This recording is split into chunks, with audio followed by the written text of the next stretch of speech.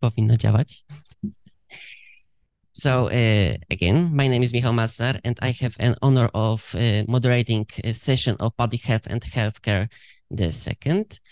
And I would like to cordially welcome the esteemed jury, President of the jury, Professor Małgorzata Kowalska,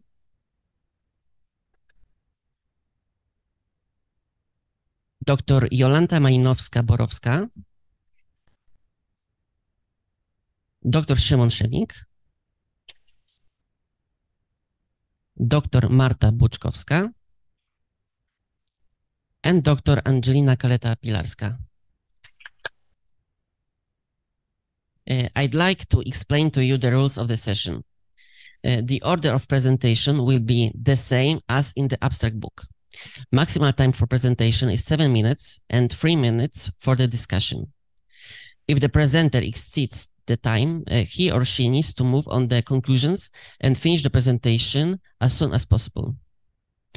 Esteemed jury, I would like to kindly remind you that if you are supervisor of the paper which is presented, you should not assess the work. In that case, please cross out the number on your card. Other members of the same clinic are able to assess the presentation. The assessment will be verified.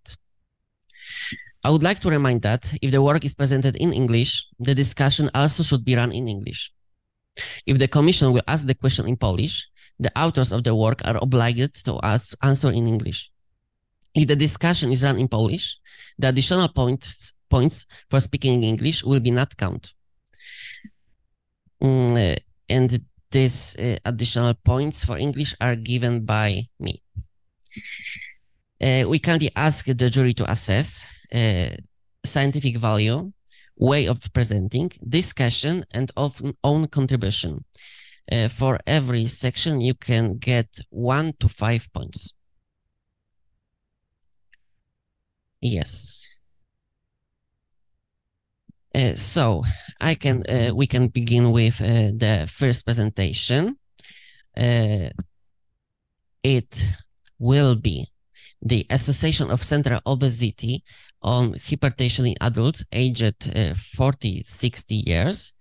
This presentation is online. Please, Mr. Adi Nugraha, for applaud your presentation. Okay, thank you very much for the time. Wait a minute. Sorry. So I should please share the presentation, right? Or is from the office? Hello. Hello, we can hear you, but we don't see your presentation. Sorry, I cannot start the screen share because and the other participant is sharing.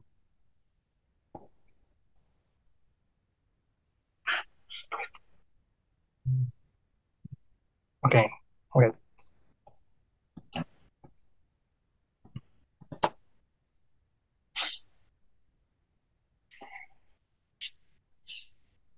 Tak. Znaczy, to uczestnik ma wyświetlić prezentację, bo jest online. Tak, będzie po kolei, w kolejności.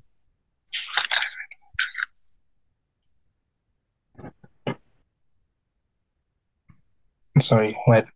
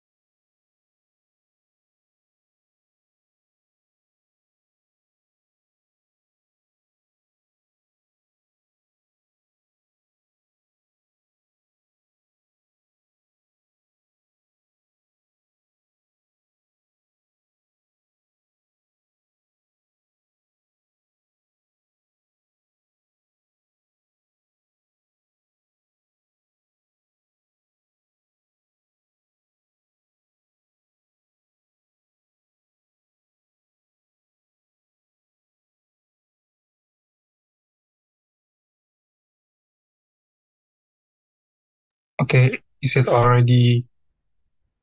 Not yet. Try again. It should be work right now.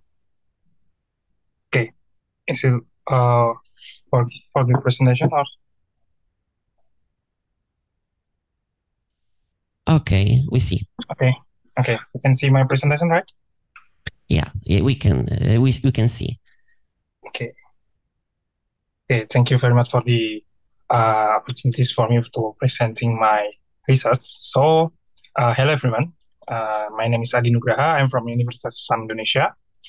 So, in here I will present my research about the association of central obesity on hypertension in adult aged 40 to 60 years.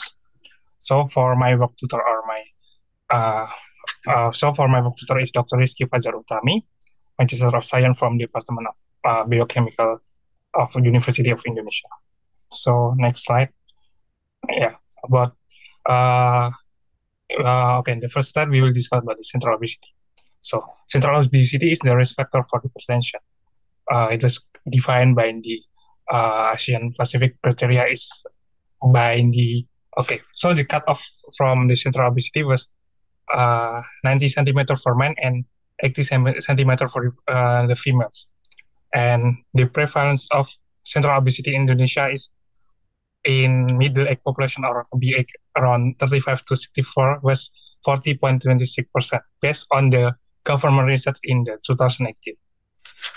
And then next about the hypertension is defined as a systolic blood pressure more than or equal to 140 millimeter mercury or diastolic blood pressure more than or equal to 90 millimeter mercury by the GNC7.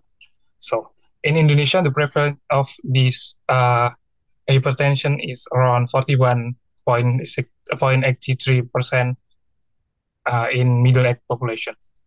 So it will become a big problem in nature because this age is the bridge from the youth and aging. So it will determine the outcome, determine uh, the life quality, the quality of life for the other. So from that background, this study aimed to determine the association between the central obesity and the hypertension in adult age 40 to 60 years. And then for the methods, this research is a cross-sectional study that held in 3 million villages with the participants are villager with age 40 to 60 years. And then the blood pressure was measured using oscillometric blood pressure monitor, and the central obesity was measured using a measuring tape. So for the data analysis, we use the Fisher exact test for the bivariate analysis.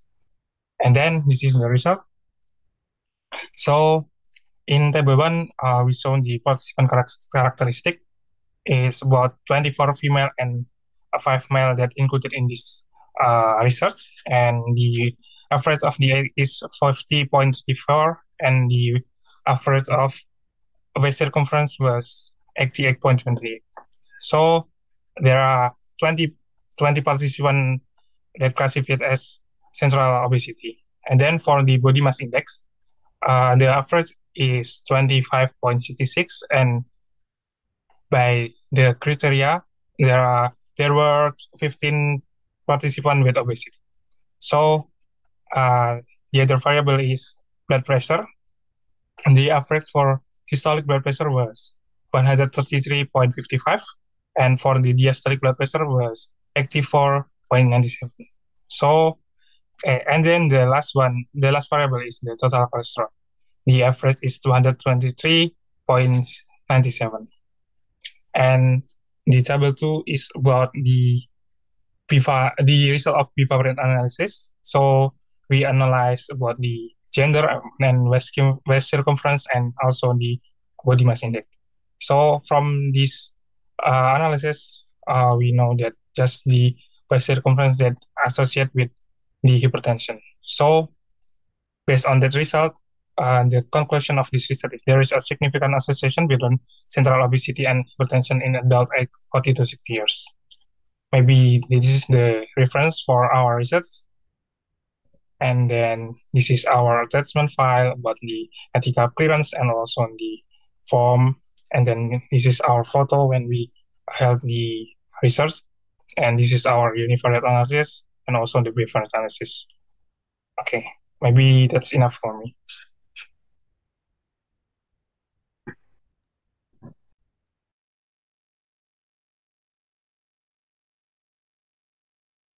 Okay, thank you for your presentation.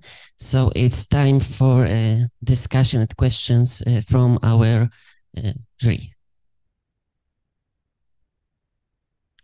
Congratulations your presentation. I'm Małgorzata Kowalska from Department of Epidemiology.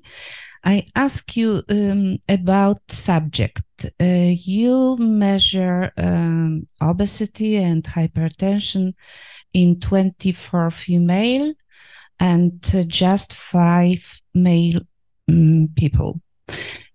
Could you explain us how you choose your subject? What were our criterion of sampling, please? Okay, thank you very much. Thank you very much for the question. So this is actually the data is from our program. There is in our campus, there is a program that's visual health and community service program. So we had a screening program for the villagers in that village. So it's the sample is from the villager that join our program. Yeah, we send the letter of for invitation and just that people that come to our event. So yeah, we use the data from that event, just like that. Not we don't use any criteria for the sample, or maybe we just have regulation that the participant for our event should more than 40 years old, because our budget is so limited for the screening. Yeah, maybe just like that, the inclusion of the criteria for the sample of this research, maybe just like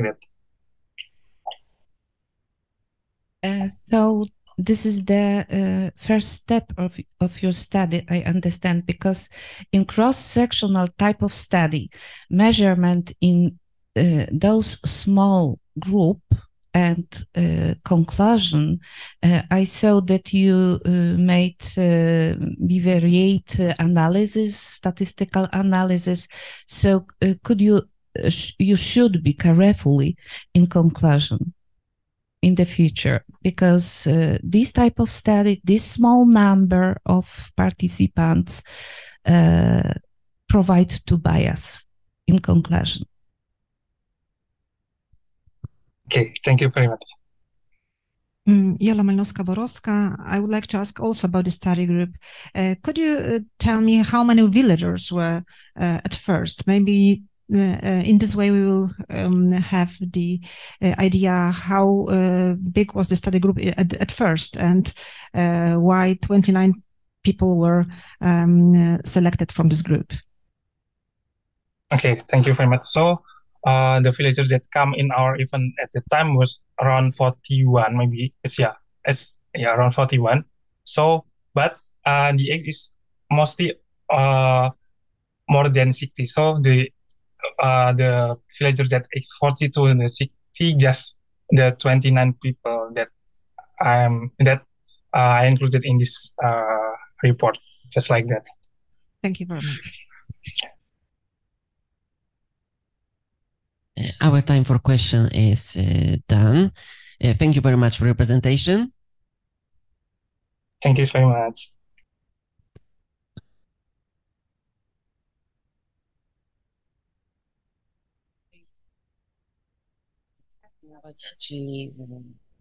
If the presenter take active part in this study.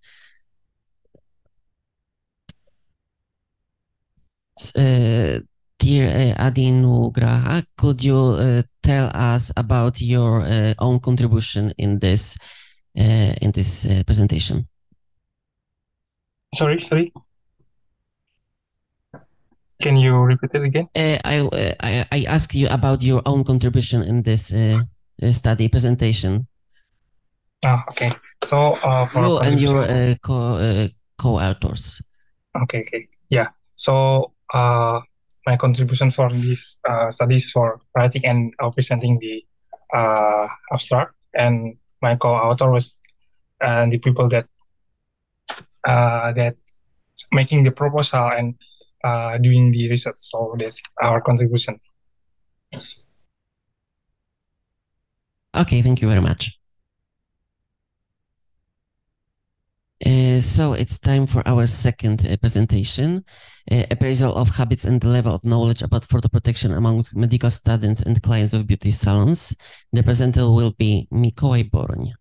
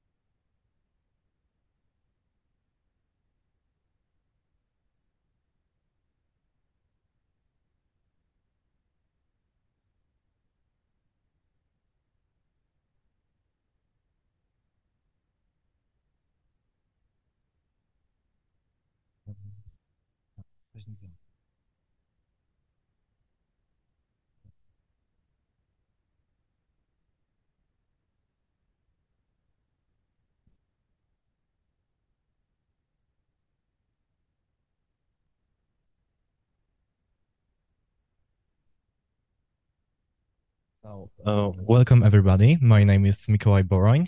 Today I will be presenting a study about appraisal of habits and the level of knowledge among about photoprotection among medical students and clients of beauty salons.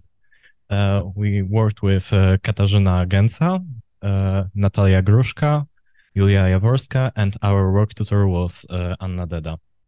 To start things off, what a lovely opportunity to talk about our study during especially this month, because May is Skin Cancer Awareness Day.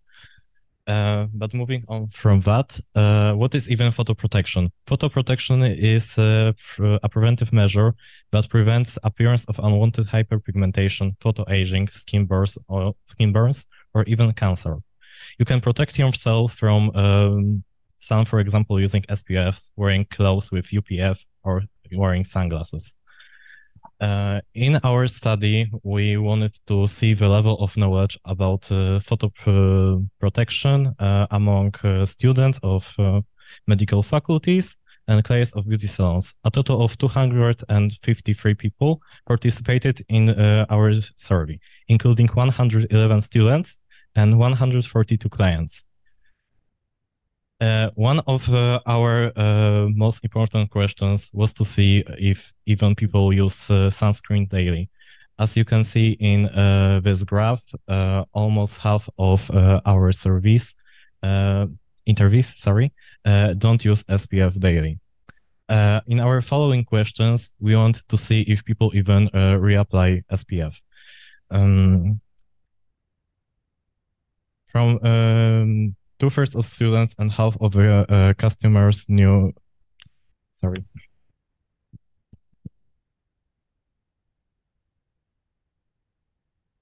From this graph, we can see that students tend to use SPF more often, and clients don't use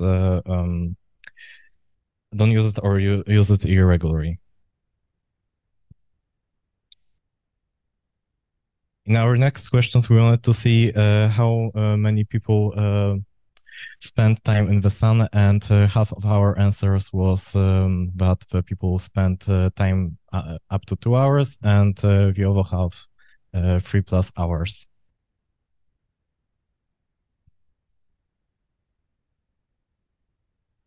In our following questions, we wanted to see if people pay attention to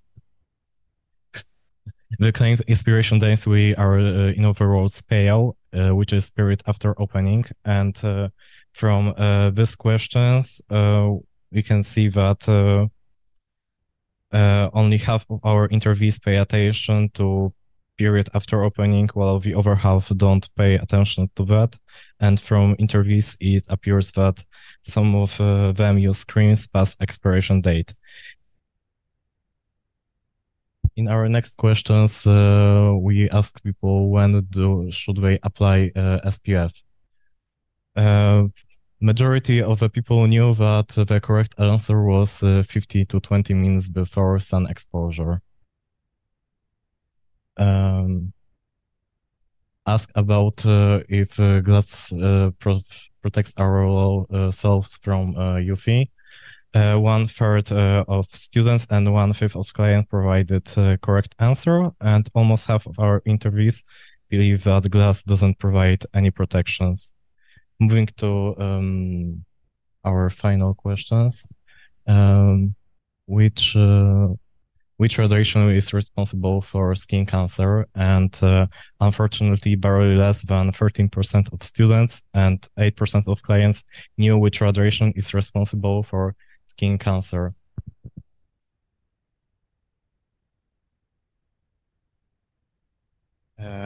To sum things up, from our study, we can draw a general conclusion that students in medical fields possess greater knowledge compared to clients.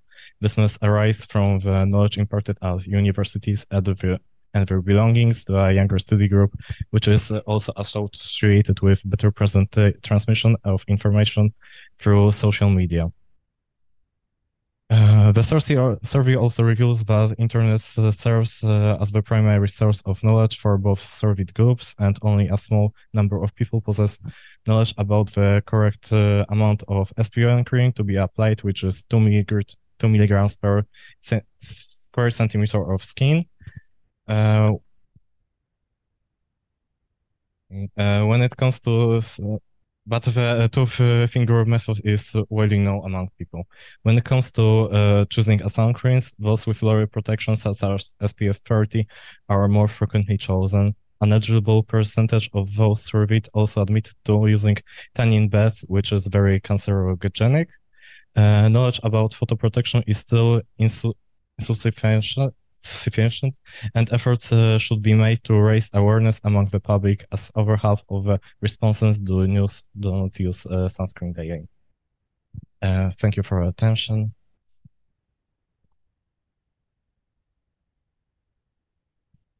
Thank you for your presentation. So it's time for the questions. You were so nervous. And this is the example how important is better preparing before presentation. Now you finished, and maybe so this is a plus. I have a question for you. The topic is very interesting, very important for young people in public health also. But I need the information from you. Do you have any differences between students and other clients? Because you show us many pictures in which we have to plot two boxes, the frequency, you compare frequency between two groups. They are similar or not? Do you understand me? Yes, I understand you.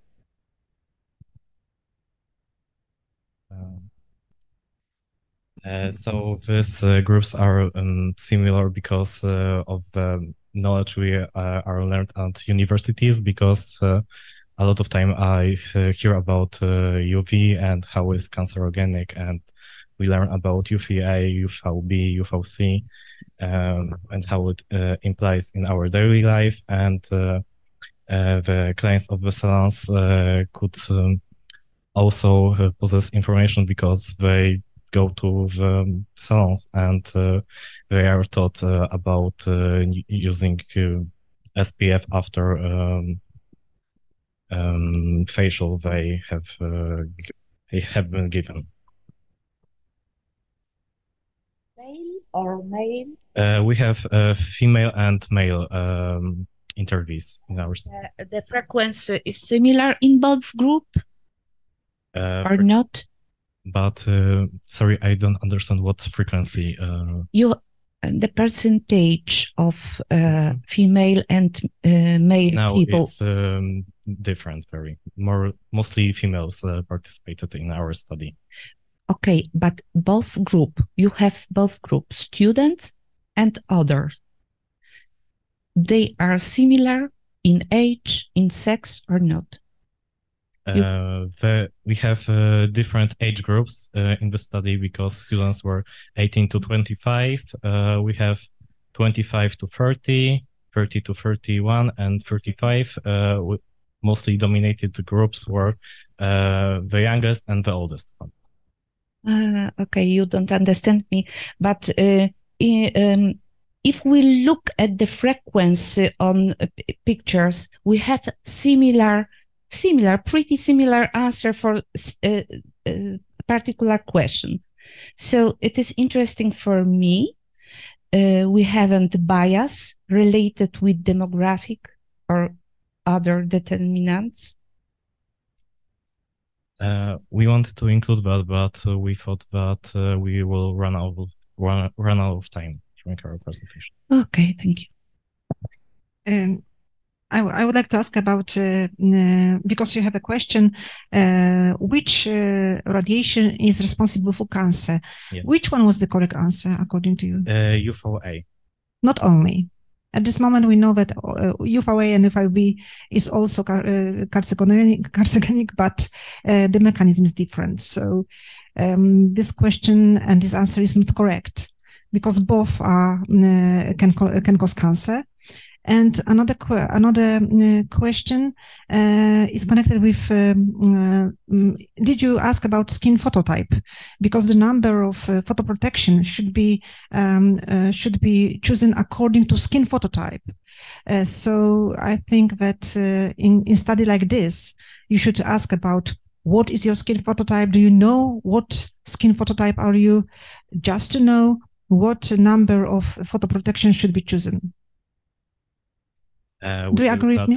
Provide these questions, but I think that the amount of sun protection is mostly use SPF 30 and 50, and it should be to all skin types. Okay, so but you know, when we look about when we decide what protection should be chosen, we do not want to take the biggest one. We would like to choose this one which is adequate. So I think but also the biggest factor of SPFs protects you from the. It's mostly SPF 50 is 98% of photons, and SPF 30 is 97. It's true, but it's like, you know, for example, choosing masks or half masks. All the time we decide to choose something adequate. Not the highest number.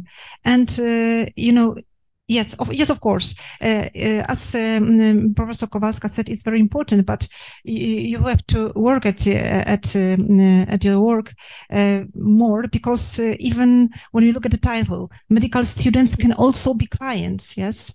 So you have to really make some statistical analysis to decide what are the differences about these two groups. Thank you. Thank you for all questions, and thank you for your presentation. Thank you.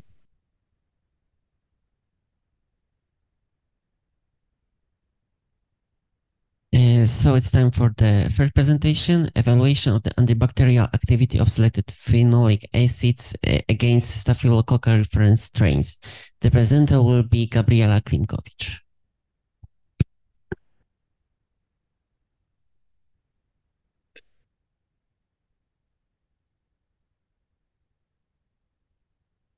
So, ladies and gentlemen, we would like to present you our research about evaluation of antibacterial activity of selected phenolic acids against staphylococcal reference strains. I have a lot to say, so I'll go. Let's talk shortly about global problem of the antibiotic resistance. The fact is that years of excessive use of the antibiotics have led to the spread of resistance among bacteria. The situation is really critical. It's really critical and it's bad. We are facing big threat to the public health because some microorganisms are resistant to all available antibiotics. So, what is the solution? Nowadays, researchers are focusing on searching a compounds that have antibacterial properties and could be used in the future as substances supporting the antimicrobial potential of currently available antibiotics. In reference to this fact, we came up with our work and we tested 5 antibacterial activity of 5 phenolic acids with different chemical structure, and we used staphylococcal reference strains. So shortly about our chosen compounds. Phenolic acids are organic chemical compounds containing a phenolic ring and a carboxylic acid residue. And what is more, they occur in many species of plants. So we chose to our study 5 of them: chlorogenic acid, ferulic acid, p-coumaric acid, caffeic acid, and procatoic acid ethyl ester. So let's start with our proper work. We prepared suspensions of analyzed compounds, 2048 grams of acid plus DMSO plus water in appropriate amounts to get in results these concentrations. And the antibacterial activity of the tested compounds was assessed against 4 reference strains of staphylococci. 2 of them were Staphylococcus aureus, 1 methicillin susceptible and 1 methicillin resistant. 2 others were Staphylococcus epidermidis, 1 non-biofilm forming and the second one which was forming the biofilm. The bacteria were cultured on blood agar and incubated, and then the bacterial suspension of individual strains were prepared at Macfarlane density of 0.5. And so how we tested this antimicrobial potential? By determining minimum inhibitory concentration, so-called MIC, capable of completely inhibiting the growth of microorganisms. And the MIC values were measured by the serial microdilution method in Miller-Hinton broth using 96 well microtiter plates. I'll go straight to this. So the 96 well microtiter plate was planned to test two strains 3 times in rows BC. Working or not? In rows BCD, and the second one in EFG. And then row A was the background that contained the MH medium and tested compound right here, the A. And then the MH medium and tested compound in various concentration. Then the row H was dedicated to sterility control, only MH medium right here. And then the column 12 was for growth control of bacteria, contained MH medium and tested strains. 12 was right here. And then the columns 1 to 11 compound in various concentrations with bacteria and MH medium from 1 to 11. Then the incubation for 20 hours in 37 Celsius degrees. And then we read the results as absorbances of the suspensions in the individual wells. Then we did some calculations to get the extinction values. And then the MICs were defined as the lowest compound concentration that completely inhibits bacterial growth. So let's skip to the results. And here are the graphic results for p-coumaric acid, for susceptible and for resistant Staphylococcus aureus.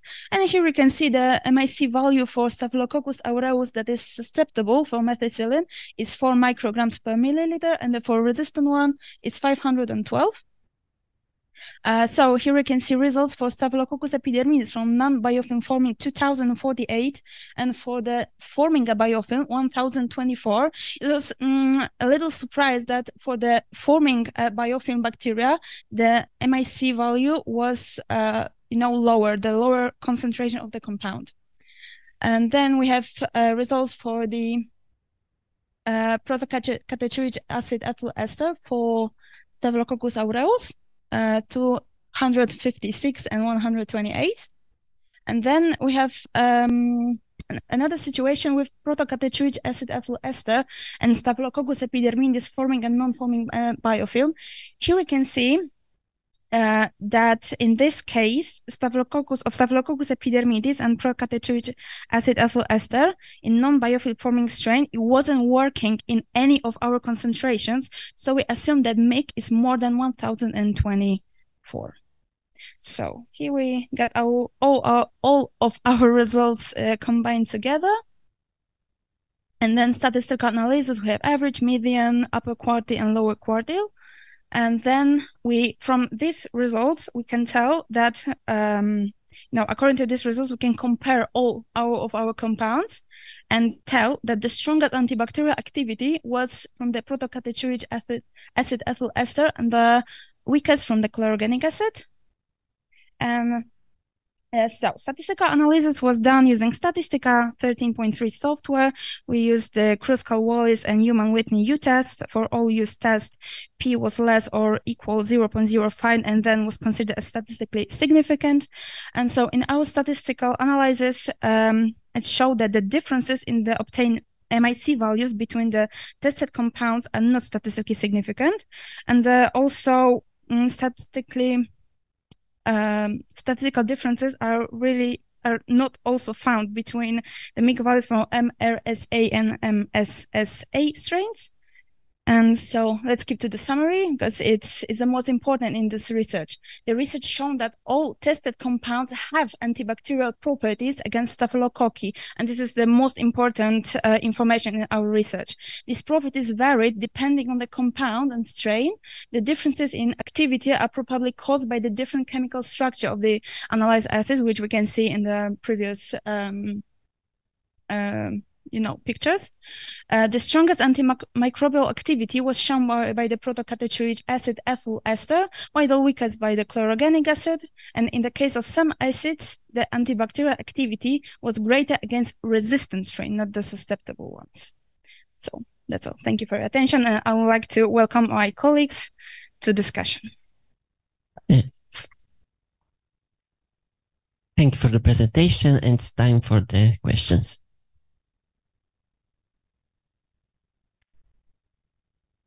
Okay, big group of you. Congratulations, a very nice topic, but I don't understand why you choose a public health section. Sorry to bother you. Yeah, because even in conclusion, we haven't clear message to public health. Could you explain? Yes, I can. In the beginning, I told that antibiotic resistance of bacteria nowadays are really big threat to the public health, to all of us. So it's really important to search for the new antibiotics, for the new compounds that can help us, fix the public health, because it's all about us. All about, getting new antibiotics do not spread the antibiotic resistance to really save much more people. Okay, but your work concentrates in methodology, analytical epidemiology. Maybe I ask you about something what is very important in public health. Bioaerosols are very important, I agree, Staphylococcus also. And could you tell us, maybe have we limit values for these bacteria in water, in product which people have contact each day?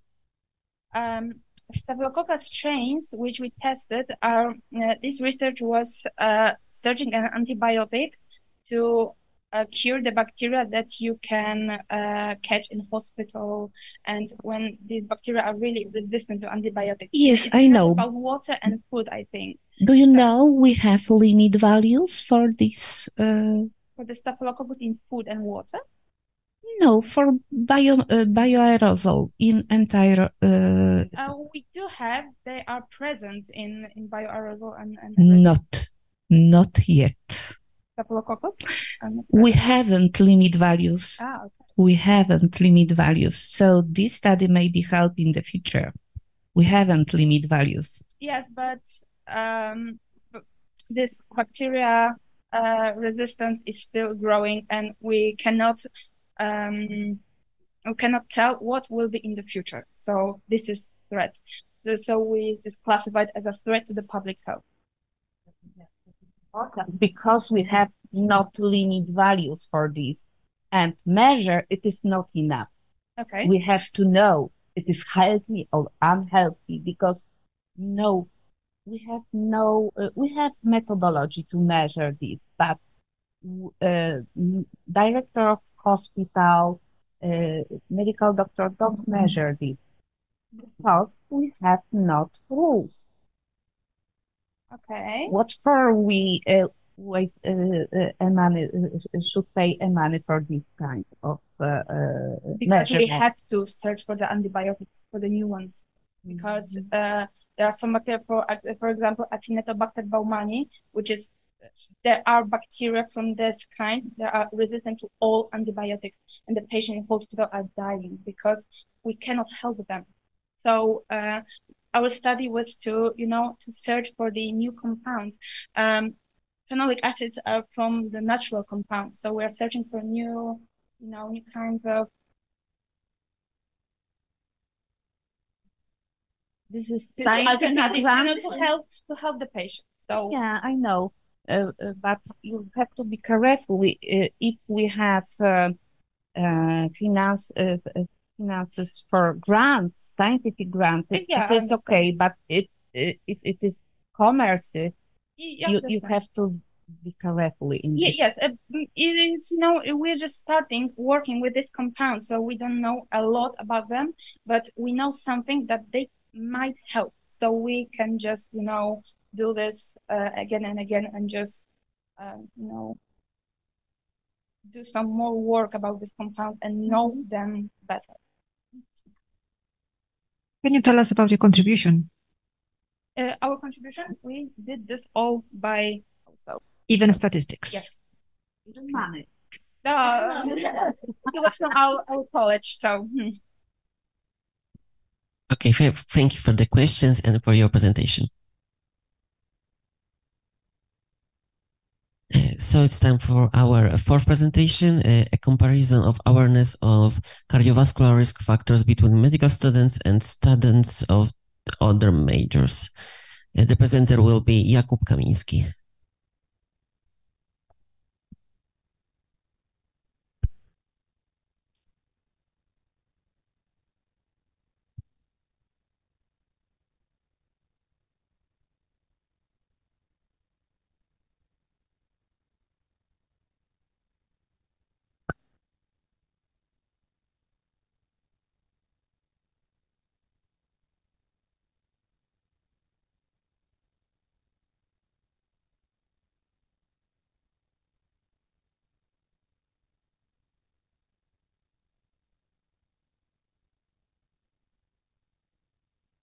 Good morning, ladies and gentlemen. My name is Jakub Kamiński, and along with Sabina Kadłubek,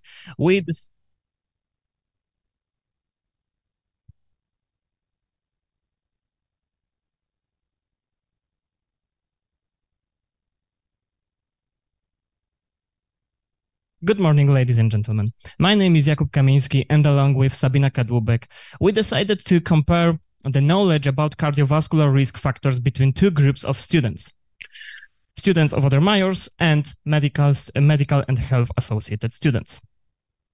The aim of our research work was, according to its title, to compare these two groups, but also to examine how the knowledge of students in this important subject looks like.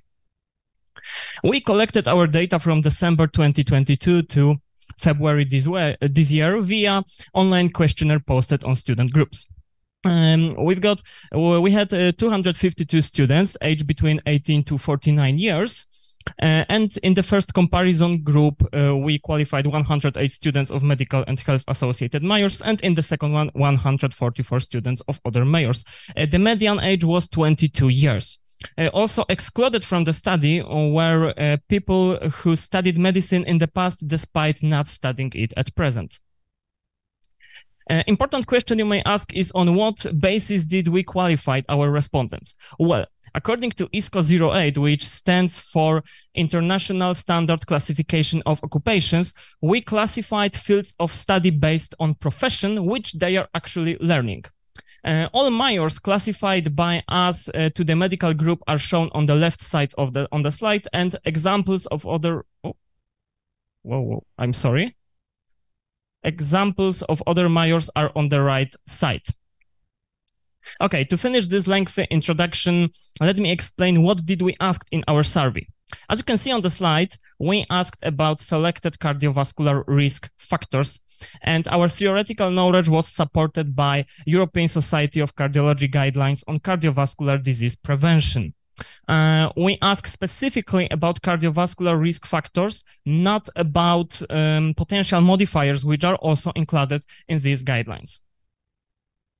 At first, we decided to check how many students in their groups knew that cardiovascular diseases were the main cause of death in Poland in 2021. As it turned out, medical students statistically more often knew about it, and only 31.9% students of other majors were aware, even though the problem of these diseases is equally important for both groups, for all of us. Okay, so how many percent of students knew that cardiovascular risk increases with age and in males? Both groups largely answered well when asked about age, and there is no statistically significant difference. But unfortunately, most of students of other majors did not know that the male sex is a cardiovascular risk factor, which causes this difference significant. Moving on to the next question about obesity and visceral adipose tissue regardless of BMI. Although there is no statistically significant difference between groups when asked about obesity, when asked about visceral adipose tissue regardless of BMI, it turns out that most of students of other majors were unaware of its impact on cardiovascular events. And one of the most important cardiovascular risk factor is hypertension. Although medical students were more aware about hypertension, still the knowledge in both groups is quite low. And here on our own photo, we are trying to present an important problem, which is low level of knowledge, basic knowledge about cardiovascular risk factors, which after all affects us all, regardless of direction of education. Here we can see that both groups mostly knew that smoking tobacco increases cardiovascular risk. However, the difference between groups was still significant, which is not present in the difference of in the quantity of smokers in both groups. When we asked about alcohol consumption and low physical activity, both groups are relatively well aware. However, the difference in knowledge of alcohol abuse is not statistically significant. All right, and here we can see that both groups were aware of negative effects of high total blood cholesterol, but as you can see, the difference between groups is still statistically significant. However, when it comes to differentiating cholesterol fractions, way bigger differences were shown because only 20.8% students of other majors correctly identified HDL as risk-reducing fraction. And in this question, we showed two important differences. First, medical and health-associated students were more likely to point diabetes regardless of type as cardiovascular risk factor. And second, students of other majors were more likely to fail to distinguish between types of diabetes. But I think it's important to note that in this question, there was no student in any group to point the option that diabetes do not increase cardiovascular risk. And at the very end, to conclude, medical students were statistically more often knew of the impact of diabetes, low physical activity, high total blood cholesterol, cholesterol HDL, smoking tobacco, also low physical activity, as I said, and excessive adipose visceral tissue, and also male sex. there was no statistically significant differences in questions about age, obesity, and alcohol consumption. And at the end of our survey, we decided to ask our respondents what is the level of satisfaction of their knowledge, giving them the opportunity to choose values from 1 to 5, and the values were described. 3 was the lowest value, defined as still satisfactory. And here, sad face represents percentage of students who choose value 1 or 2, and happy face represents percentage of students who choose value 3, 4, or 5. So as you can see, medical students were more satisfied with their knowledge, but still the overall satisfaction in both groups is quite low, and every third student was satisfied with knowledge. And at the very end, we ask what could improve understanding of cardiovascular risk, giving the opportunity to choose multiple options, and most often options by students are on the slide. Thank you for your attention, and do you have any questions? Yeah?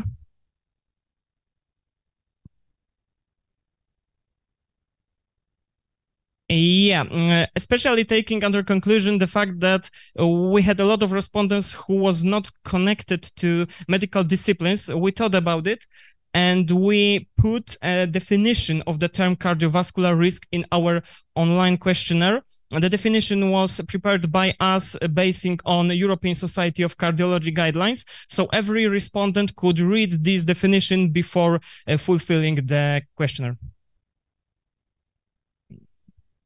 Dr. Schmink was first.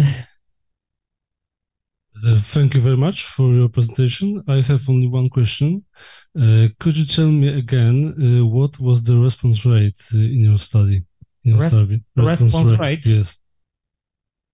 When we had 252 respondents, but it's kind of hard to me to say what was the response rate because we posted it on several groups, and I can't really say how many people seen that question. How many people invited in your survey? I mean, we invited around. Yeah, I mean. Okay. Yeah. Thank you very much. A short question for you. Congratulations. Very nice presentation. Very good. Thank you. It is nothing surprising for me that medical students have better knowledge. What do you plan to do with results of your study? Yeah, I mean, we suspected that the results will be like this, but I think there is still some interesting things that both groups were relatively aware about several factors as age, obesity, or alcohol consumption, and it shows that social informing works because in Poland we try to inform a lot of people that smoking tobacco, that alcohol consumption is bad, that obesity is bad, etc. And we wanted to prepare this work to maybe broaden the horizons of people in the subject of cardiovascular risk, to make them realize that even if we are not medical students, we still should educate about it, because one day grandma comes to us with blood pressure and we don't know what is the correct value to say to her, hey, grandma, go to see a doctor, right? And we've seen that we've got a lot of feedback from our respondents that they got interested in this topic, and I think that's our small success. Help him to other students to increase the knowledge. Yeah. You promise? I promise. Okay. We will continue our work. Okay. Well, to be fair, our contribution together with Sabina, I would say it was 100%. Everything from statistics, collecting data, publishing the questionnaire, even wall graphic design of this presentation, every pictogram, every photo, everything. And we based our questionnaire on European Society of Cardiology guidelines from 2021. Also, as I said, we based on ISCO 08 to qualify respondents to a certain group. Thank you. So thank you for the questions and your presentation.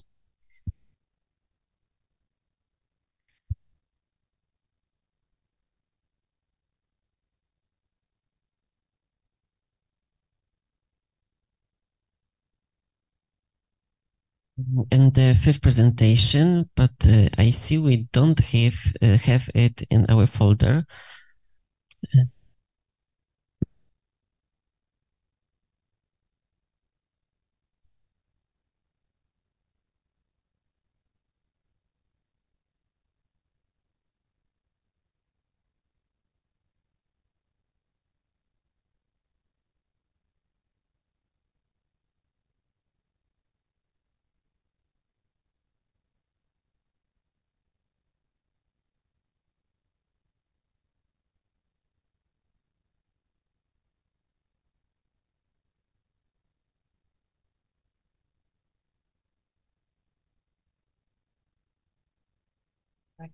Tak. Mieliśmy problem, bo nie miałem.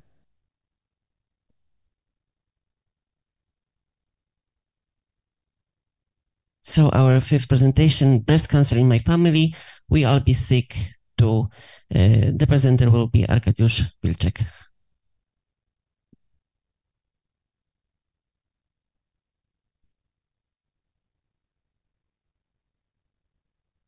Szanowni Państwo,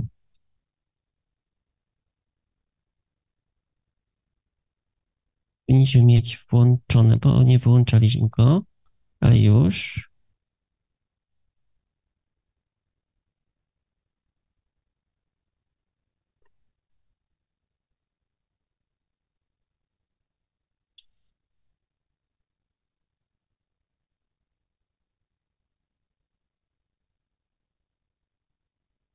I free to go. Szanowni Państwo, nazywam się Arkadiusz Wilczek.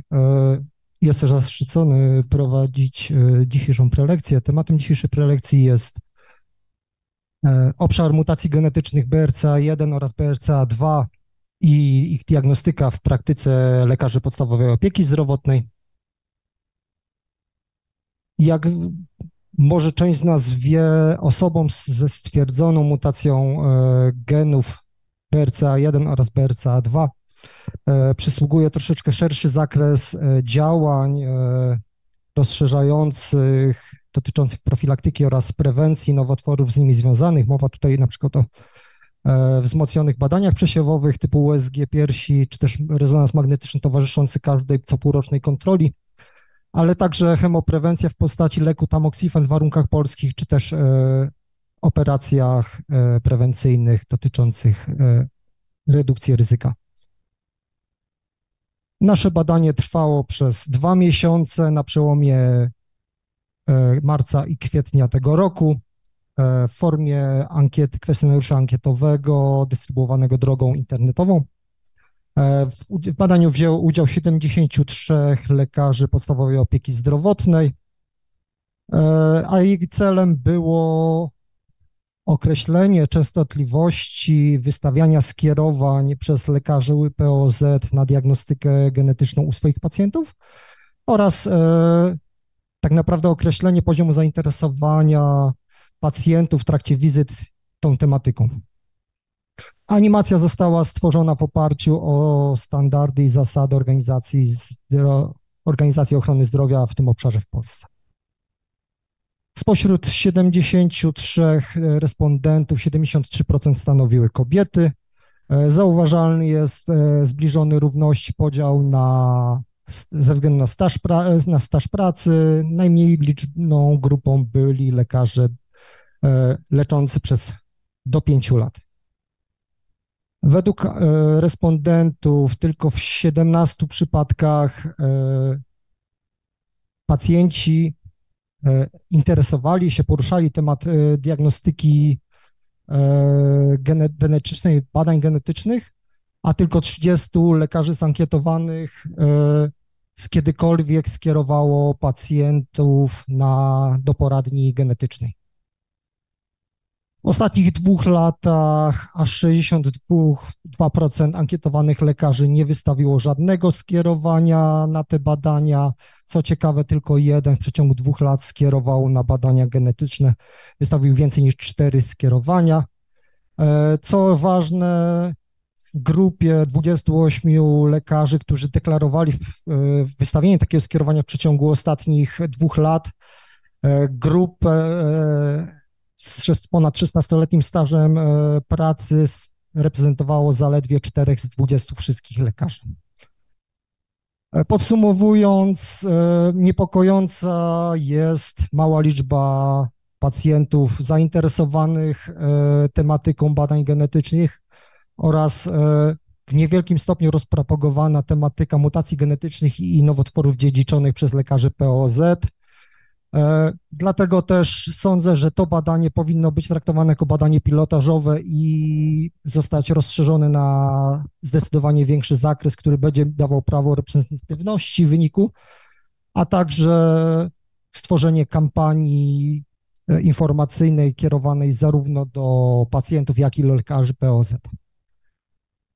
W wyniku tych badań stworzyliśmy również animację, która może być takim elementem i chcielibyśmy się z nią podzielić z Państwem.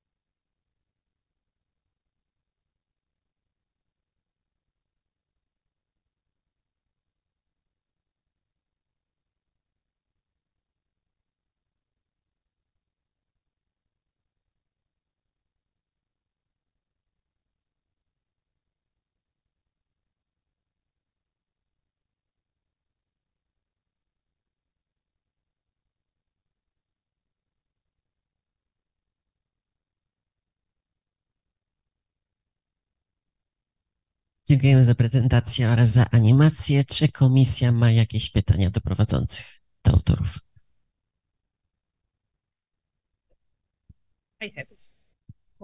Możemy po polsku. Mam pytanie. W Pana tutaj, w ogóle fajna prezentacja, ta animacja, czy ona już działa gdzieś, czy... Nie, tak naprawdę to jest premiera. Pierwsza odsłona, okej. Natomiast ona gdzieś będzie planowana, tak, do rozpowszechnienia. Tak, planowane będzie udostępnienie kampanii informacyjnej w tym temacie. Rozumiem. I w Pana tutaj prezentacji pojawiła się taka informacja, że tylko 4 lekarzy rodzinnych spośród 28 bodajże, nie pamiętam, wystawiło skierowania. Czy zechciałby Pan skomentować, dlaczego? Znaczy 4 lekarzy należących do grupy o stażu pracy powyżej 16 lat. Tych lekarzy było 20, 4 z tych 28 właśnie stanowiło. No i ja właśnie proszę o komentarz, czy może Pan... Znaczy to było dosyć zadziwiające, właśnie dlatego też ta informacja padła.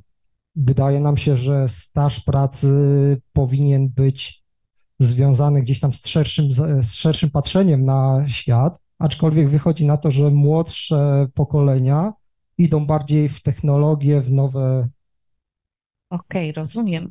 A ja upatruję tutaj też pewnego błędu, ponieważ czy uważa Pan, że każdy z tych starszych stażem lekarzy miał takie potencjalne pacjentki, a może nie miał? No jest jakiś klucz też dla lekarza na miłość boską, że oni decydują wydać to skierowanie, więc trochę to jest też takie na wyrost, wydaje mi się tutaj powiedziane. Tak, dlatego też jak wcześniej podkreśliłem, nie jest to badanie reprezentatywne, to na pewno. Pewnie gdyby zrobić dużo szerszy zakres badań, ta liczba by się zrównała, aczkolwiek z tych wyników, które osiągnęliśmy w chwili obecnej,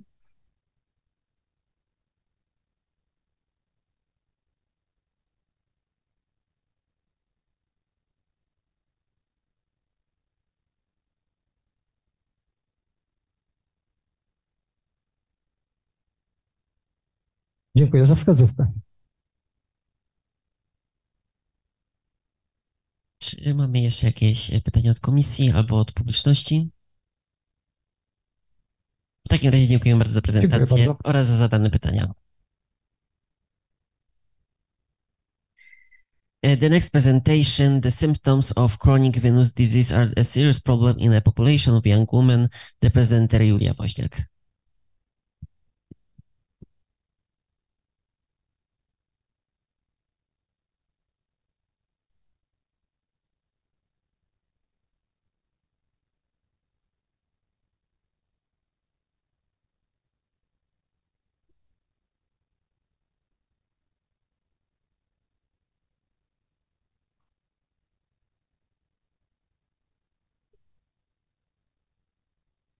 Hello, ladies and gentlemen. Today, I'm planning to tell you about the symptoms of chronic venous disease in a population of young women. The authors of the work are Maria Partyka, Sabina Kadłubek, and I, Julia Woźniak. As many of you realize, the term chronic venous disease, also known as CVD, includes a full spectrum of morphologic and functional abnormalities of venous system. This disease affects around 33% of the population, and that includes 68% of women. There are many risk factors that are associated with this disease, such as female gender, pregnancy, obesity, age, positive family history, and even standing job. We often associate this disease with older age, but let us think about a hypothetical situation. Imagine that all of us gathered here suddenly walked into a time machine and we landed 40 years into the future. So now, 40 years from now, if I were to ask you a question and ask how many of you suffer from chronic venous disease, the answer would probably be around 15. That's how often it occurs. Wouldn't it be nicer to know about it 40 years in advance? The aim of our study was to determine the occurrence of the symptoms and signs of chronic venous disease in a population of women aged 19-25. The self-made paper questionnaire was distributed among the group of 213 female medical students in the teaching hospitals and at the university. The study took place in November and December 2022. Our questionnaire was based on the CIAP classification and especially on the C table, as you can see here. And the C table stands for clinical findings. Our questionnaire consisted of two parts. In the first one, we asked participants about the signs of chronic venous disease, such as telangiectasia, varicose veins, edema, pigmentation, lipodermatosclerosis, eczema, and venous ulcers, both healed and active. In the second part of our questionnaire, we asked about the symptoms that are attributed to chronic venous disease, such as ache and pain, itching, skin irritation, heaviness, and muscle cramps. For better understandings, the medical terms were explained in brackets. Let's move on to our findings. As you can see, almost 50% of women declared that they suffer from the signs of chronic venous disease. Among these women, around 60% were symptomatic and 38% were non-symptomatic. As you can see on the slide, there is the percentage of women who suffered from specific signs of CVD. Around 21% suffered from telangiectasia, almost 18% from edema, and almost 7% from varicose veins. Other clinical signs were declared much less often. As you can see below the slide, there is the 25% of women declared that they suffer from temporary redness, which may or may not be associated with eczema. We haven't had the opportunity to examine the patients yet, so we don't really know if this potential eczema is caused by chronic venous disease. The second part of our questionnaire, we asked about the symptoms that are listed here below. Here, let's look at the figures. Almost 30% of women suffered both from symptoms and signs of CVD, and around 13% of women suffered from symptoms, however, without having any signs of the disease. And in the CIAP classification, it is called COS. Let me show you the symptoms that women experience. Around 26% experienced muscle cramps, almost 25% experienced ache and pain, and around 18% of women experienced heaviness. Here on the slide, you can see the factors that either intensified the symptoms or relieved them. Almost 50% of women declared that the time of day doesn't influence the intensity of the symptoms. However, almost 43% declared that the symptoms intensify in the evening. If you look at the right part of the slide, you will see that around 40% of women declared that their symptoms, that they feel relief of symptoms after rest, and 25% of women feel relief after lifting the legs. After gathering all of our results, we compared them with the guidelines of European Society for Vascular Surgery. Here you can see that the percentage of women who suffer from symptoms but have no signs of the disease is similar, because in our study it was 13% and in the European guidelines it was 9%. However, the greatest difference applied to C2, C3, and C4. C2 stands for varicose veins, and in the European guidelines, this sign of the disease appeared more frequently than in our study. However, C3, which stands for edema, appeared more frequently in our study than in European guidelines. Summing up, 60% of women taking part in our study suffer from the symptoms of chronic venous disease and or its clinical signs. And let me remind you that these are young women up to 25 years old. That's why we are planning to expand our research and invite symptomatic women for the physical examination using USG Doppler. We believe that this method will allow us to verify the signs of symptomatic women. We also believe that this study is of great importance, as it shows that even young women can suffer from the disease that is very often associated with older age. Not to mention the fact that these symptoms lower the quality of life. Like this poor student who is forced to study in various positions because of the pain in his legs. But what can we do? Nowadays, we can only change the position of the body into another one, go for walks and exercise more. Generally, changing of lifestyle is advisable. Thank you very much for your attention.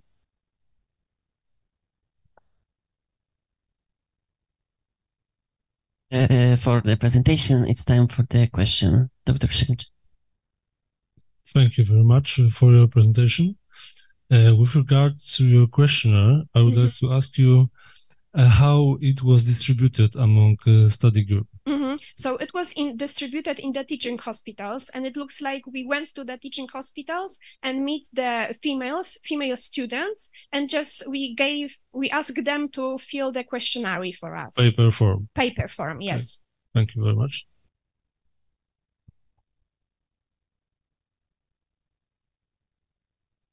I wanted to ask on that slide when you compared your research with European guides, so what was the meaning of these 2 stars?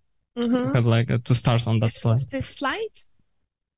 Okay. Yeah, the 2 stars you have. Okay, so C4 stands for the changes in the skin, such as eczema, lipodermatosclerosis, and we gave here 2 stars because we think that this number is much higher than it's supposed to be. So maybe there were some difficulties with this, because the eczema percentage of women who experienced eczema was very, very high, and that's why we think that after expanding our research and after examining the patients using USG Doppler, we will for sure know if this is the eczema really or just temporary redness that may not really result from chronic venous disease.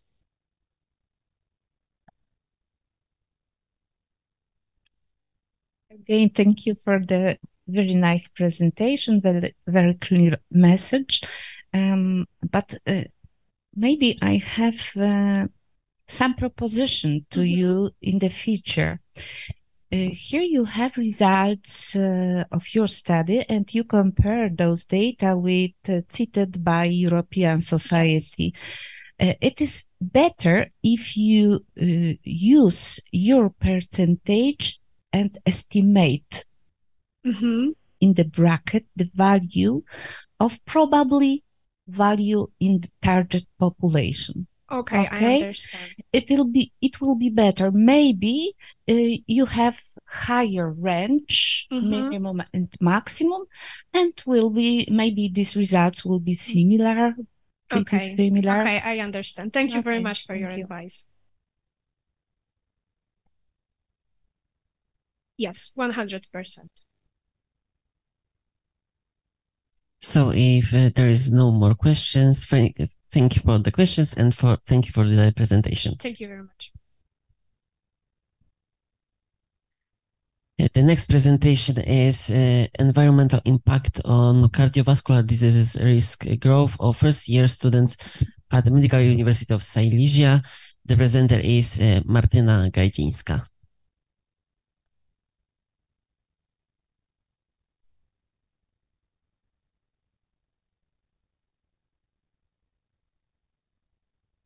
Okay, so hello everyone. Good afternoon, actually.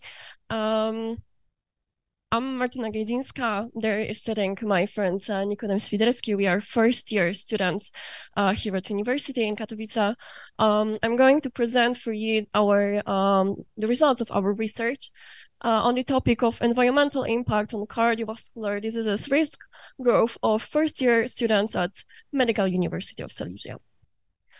So first of all, our cardiovascular diseases are mainly, like, you probably know something about stroke. You heard probably about stroke, about the coronary heart disease, about peripheral arterial disease. But there is so more of them in the world. Here we have some numbers. Okay, here we have the risk factors. Actually, we have three groups of them. And in the middle of this slide, we have the abbreviation that also refers for this whole group, the cardiovascular diseases. First risk factor is the patient's age. So the older the patient is, actually, the higher the risk of getting that disease also appears. Then we have genetic factors, and at the end, for us, the most important for these presentations are environmental risk factors. So here we have presented some of them. Aim of our study was to find the environmental factors which could potentially the most affect the risk of appearance or occurrence in the future of CVD among our students.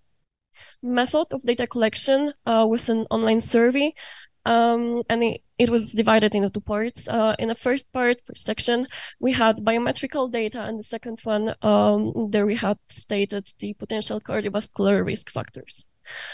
So moving on to our results. In our survey took part 127 students with the main age of 20 years old, and most of them were women. Genetic factors. So we asked our students, do they have the case of CVD in their family? And it came out that almost 40% said yes, that they have or they had. Body mass index of our students, it came out that almost 18% the values are above the norm.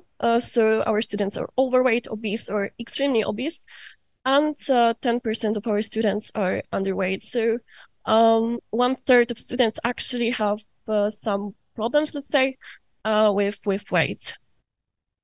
Then we have stated here the 5 most important risk factors that I want to focus on.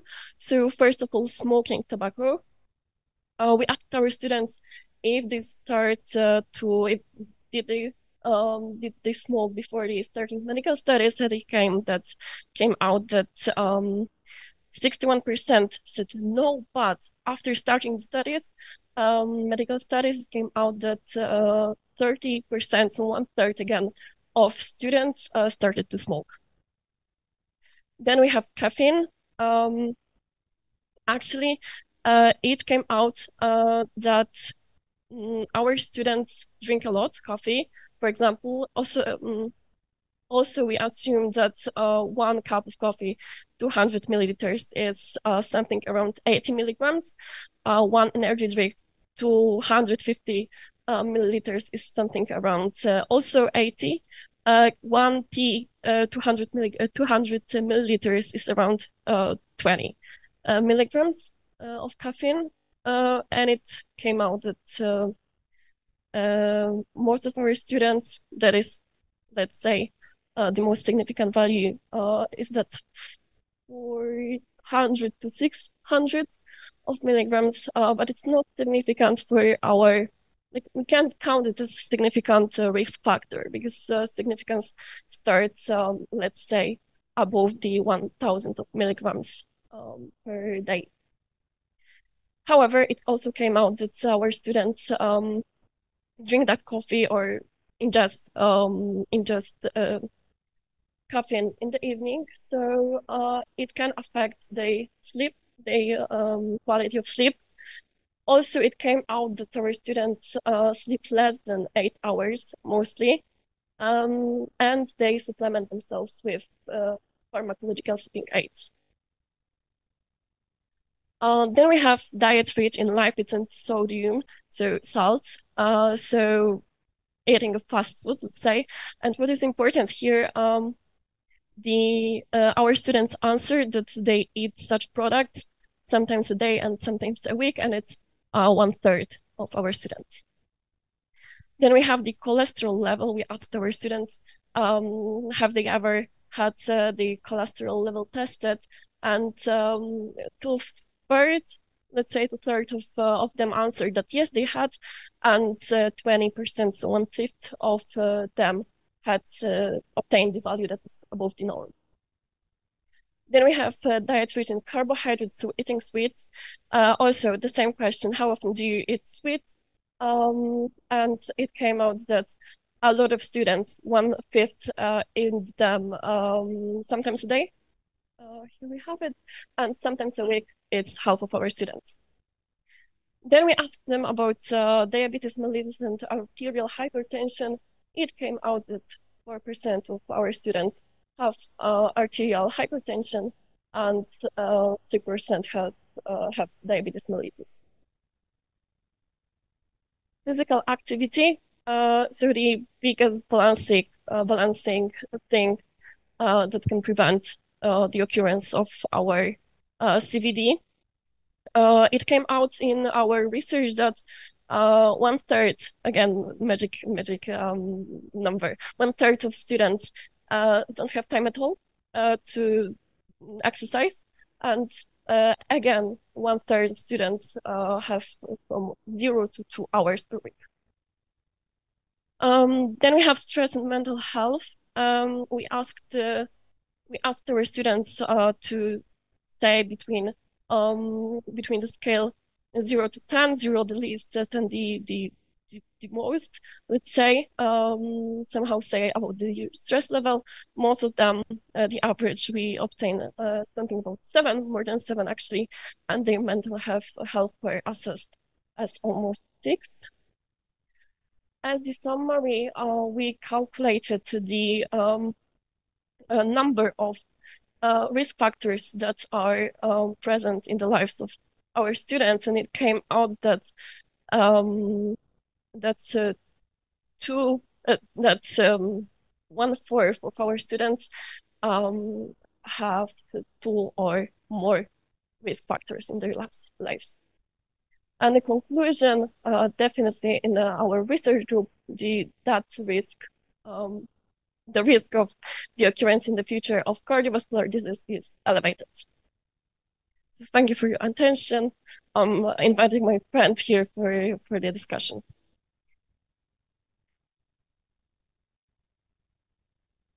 Thank you for the presentation. It's time for the questions.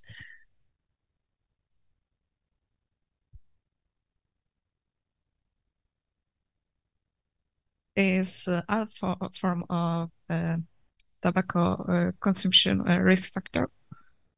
It's not the tobacco itself, but it's the way of its consumption that makes risk factor. About 20% of all CVD-related deaths are also related with active or as well passive smoking.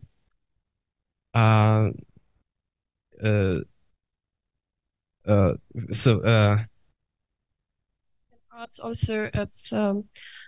recommended for people to even take a tobacco to their mouth and chew it than rather smoke if someone has to, for example, somehow consume the tobacco in any form. Let's go to talking about coffee drinking. What is current opinion of expert? Coffee drinking is unsafe if I looking at the cardiovascular diseases or not? Looking on the cardiovascular diseases, actually, small amounts of coffee. So it came out, let's say that our students drink not so much coffee, so we can count them as the drinkers who drink not so much coffee, but not so much. What it means? Not so much, less. As we counted it like on the milligrams, so less than 1,000 of milligrams per day. So it can be like, if I'm not mistaken, something like 7 coffees a day. No, 7. No, 5. 7. No. New public data suggests that even 3-4 cups a day is safe and protect women. Yeah. I wanted. Yeah, I'm sorry that. But it is said. I wanted to say that, something like 7 or more, it's a dangerous for the health. Less is it can have a positive effect. Now, how did you assess the stress? Was there any scale or your own one? Yes, it was a scale that was showed here. It was like the scale starting from 0, ending at 10. 10, it was the highest level of the stress. 0 Okay, was so the respondent decided which number? Yeah, which number, exactly. And the same was with the mental health. But do you know any scales for stress which should be used in this kind of studies? Based on normative questionnaires, for example, PSS 10. Do you know any scales like this? I heard about one of them, but the stress wasn't for us the most important thing here, actually. Yes, yes, it's true, but maybe not the most important. But in the studies like this, it will be really better to use something what is normative than deciding. Okay, this time I I choose one, and the second time somebody will choose another number. So I'm not sure if in studies like this is the best option. Okay. Thank you. I will have it in mind.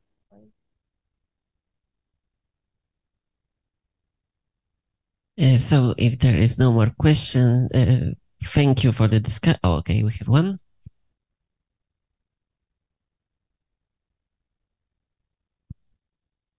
Okay, and what about alcohol? You had like many kinds of alcohol on the pretty photo you showed us. And isn't that a risk factor? You didn't mention it. Yeah, I didn't mention it. It's because of we also asked our students in our research group about alcohol if they were drank it before the studies and how it changed after the beginning of the studies. How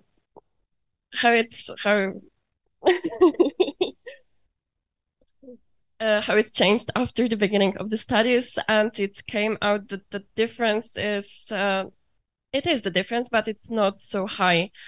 So we excluded it from our presentation. Actually, we counted it as a like there would be no risk for them in the case of cardiovascular diseases. Thank you.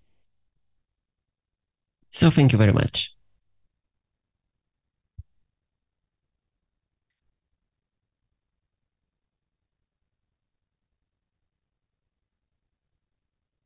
The next presentation is the knowledge of women living in Poland about prenatal test. The presenter is Martyna Madej.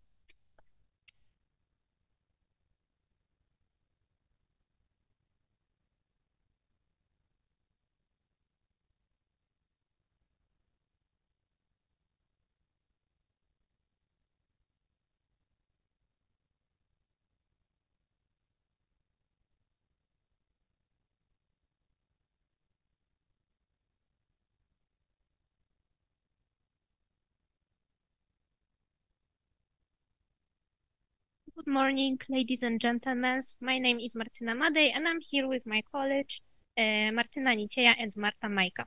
It's a pleasure to be here and have possibility to represent our Department of Women's Disease Prevention Faculty of Health Sciences in Katowice. We conducted a study about knowledge of women living in Poland about prenatal tests. And let's start with an explanation. Prenatal diagnostic is a variety of tests that are performed on pregnant women to determine the risk of genetic developmental defects in the unborn child. It's a safe way to check if there are any possibility of genetic abnormalities in the fetus. Nevertheless, in Poland, expectant mothers have little self-awareness about that. They don't know how important it is to perform those tests, and it makes pregnant women reluctant to undergo examinations when they are not financed by the state. Basically, we use simple materials and methods to do this. we made a survey that was conducted at the turn of February and March 2023 and have 35 questions. Number of respondents were 211 people, and the questionnaire included questions about invasive and non-invasive prenatal tests, screening, and ultrasound examinations. The aim of our project was to check the level of knowledge of women living in Poland on prenatal diagnosis and to determine which issue in the field of prenatal testing should be discussed more widely with women. As a future medical personnel working with women of different ages, we want to improve the education system. Because we're hoping to be a future medical personnel, we want to improve the education system in Poland, covering the issue of prenatal diagnosis. Women's higher awareness about this diagnosis gives a chance for early detection of various genetic defects. It leads to a higher chance to do a treatment during pregnancy, not after the labor. And as you can see, age of the respondents was quite different. The biggest group was between 21 to 30 years old, and the last one was between 31 to 40 years old. The education of respondents was different also. 53% of people have high school education, and 43 have higher education graduated. The current place of residence of the respondents, close to half of people live in a big town, and only 19.9% is staying at village. Okay, and percent of women who are pregnant and wrote that questionnaire was 43.6%, and popularity of prenatal diagnosis was quite high because 96.2% of women know about prenatal diagnosis. And okay, most women, because 28.9% got to know about prenatal tests from the doctors. Very less women got to know about it from midwives.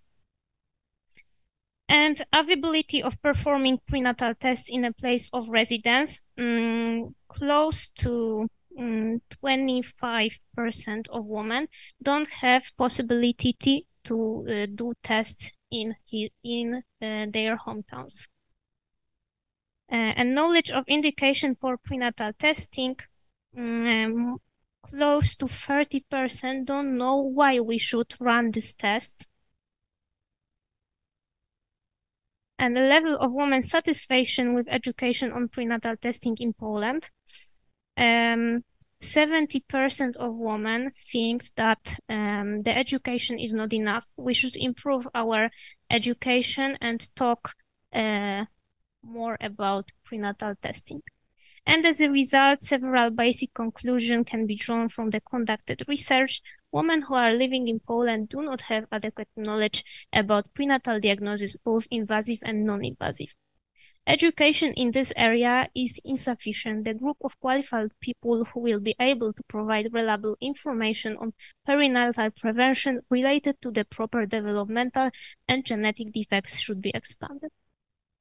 The results of the survey also showed that doctors are the only professional group that provides information on diagnostic among all medical staff, as I said. The age of the respondents affects the level of knowledge. The higher the average age, the less knowledge about the prenatal diagnosis. And that's it. Thanks for having us, and I want to invite my friends to the discussion.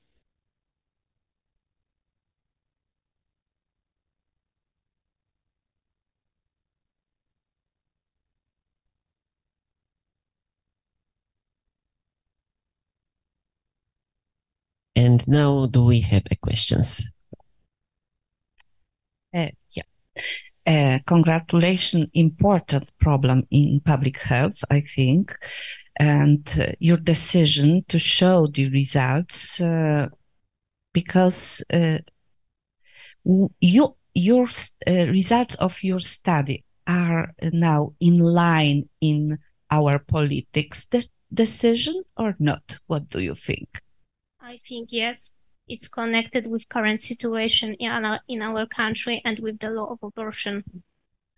So our current situation give a possibility to better education, to increase education, because your respondents suggest that we observe lack of education.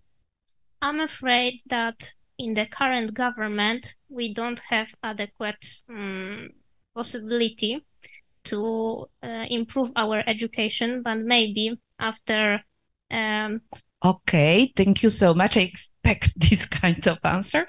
It will be enough. And you have mistake at the presentation. When you present results, this is really our conclusion, not results. Okay, I'm sorry. Thank you for your advice. You suggest that most of 50% of women declared higher level of education. Yeah. Yeah. Mm-hmm.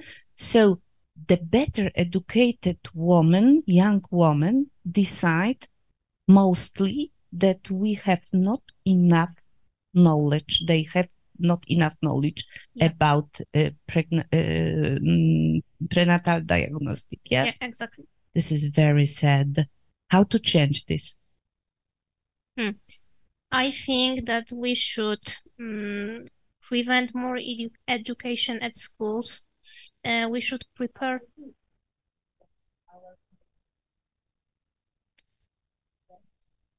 It's very problematic now, but I think we should improve the role of midwives in here. Like, we're going to be a midwives, and I think we should go to schools and talk about different topics connected to the woman's health and woman's life, and maybe then it will be better.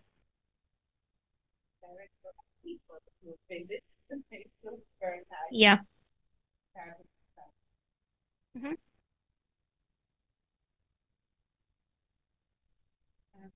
Did you check it statistically? Because you said at the last conclusion the age was related with knowledge, but did you test it with any statistical tests or not? It was checked with our survey.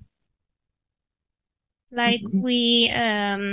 But no statistical tests was used. Mm-hmm. Okay, and there was also a question about czy była pani w ciąży. It was written in Polish, but in English it was written. I'm not sure it was present or past, but you said, but it means that it was in the past or in the past. In the past. Yeah, in the past. Thank you. Is there any more questions? Okay, so thank you very much for your presentation. The next presentation is Association of Psychological State with the Quality of Life Among Ukrainian Students During the War. The presenter is Weronika Mamontwa. Do you hear me? Yes, I hear you. Could you upload your presentation? Yes. 1 minute. Did you see? Yes, we can see. Okay. So you can start when you're ready. Okay. Good afternoon, dear chairman, jury, and participants. My name is Veronika Mamontova. I'm a student of the first course of Poltava State Medical University, Ukraine. Let me introduce our topic of investigation: Association of Physiological State with the Quality of Life Among Ukrainian Students During the War. 1 year ago, early in the morning, we heard bomb attack and alarm signals outside. In Ukraine began aggressive Russo-Ukrainian war. During these horrible days, the aggressor is not careful about the targets and destroys universities and research institutions. It has been damaged 2,406 educational institutions and 330 were totally destroyed. Ukrainian students have been in the highest risk zone of the humanitarian crisis and encounter significant problems, as a need to leave home, hide in the shelters, lack of electricity, social communication, online education, and stress. However, students' interest to research activity and education from the beginning of war still remains insufficiently examined. The aim was to study the effect of war on motivation to scientific research, physiological state, and quality of life among Ukrainian students. The research design includes 5 stages. A survey of 75 respondents who studied at Ukrainian higher educational institution from the beginning of February 24, 2022 was conducted during September-October 2022 with assessing socio-demographic data and factors of motivation for research. Questionnaire PHQ-9 for examination of physiological health and depression, SF-36 for evaluation quality of life among respondents. Voluntary consent was obtained from all participants. Statistical analysis was data include test. As you can see on the picture, 39% of respondents continue their educational at the Ukrainian University at 2022-2023 academic year, while the rest were unable to return to the education. Since the beginning of the war, 7% of respondents were forced to leave their home and move to European countries. The main hosting countries was Poland, the Czech Republic, Great Britain, Germany, and Ireland. 19% of respondents become an internally displaced person. At the beginning of the war in Ukraine, respondents studied at universities and obtained bachelor's and master's degrees from first to sixth courses and studied at internship program. Respondents aged was between 17 to 26 years old. 62.7% were female. As you can see on the graphic, educational process was transformed from offline to online area. Students must have online education which takes up to 3 hours per week. It is explained a situation with total blackouts, lack of electricity and disability to receive complete access in university. The main motive of a person's behavior is desire to satisfy their needs. During the war, the bulk of people are guided in life by the physiological, social, and insurance-granted need. At last order, it is the need for self-expression and self-realization. The main internal and external motivation factors for scientific work among Ukrainian students showed that war significantly influenced on the rethinking students about research activity. Since the beginning of the war, interest in science and motivation to it has decreased among half of the respondents. We detect gender difference in motivation to research. Before the war, girls have internal motivating factors as interest, insight, and recognition of the value of the achieved result.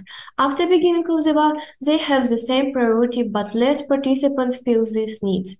Before war, boys have main external motivating factors for science such as social approval receiving rewards. However, after start of the war, they lost their priorities, developed them without significant and the key motivation factor.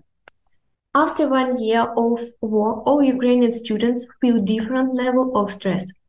Girls suffered from depression significantly more often than boys. Moderate depression 17.1%, we see 7.1%. Severe depression 12.9%, we see 1.3%.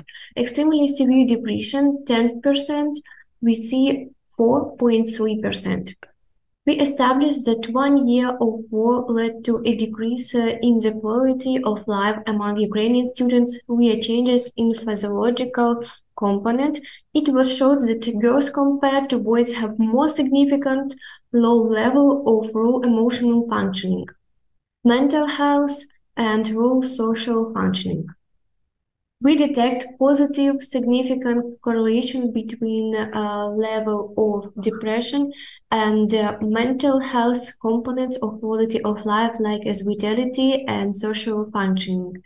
Taking into attention on these results, we can conclude that low level in, I'm so sorry, low level in the quality of life and depression can negatively affect on motivation to research, feeling of pathological exhaustion. We ask respondents what motivated respondents to stay or return to Ukraine from abroad. As you can see in the picture, the main lead motive was love to our motherland, to Ukraine. We can proudly say we are Ukrainians. We are a nation that is now struggling to win the right to its freedom. We are representative of Ukraine students' research community and whole station that loves our country. In conclusion, we can say that what negatively influence on question on quality of life and physiological state of Ukrainian students via decreasement of vitality, low social functioning, and mental health, caused and aggraved depression. This study can help us to determine strategy of providing support and assistance during education in universities. We express our sincere gratitude to the brave different of Ukraine, thanks to whom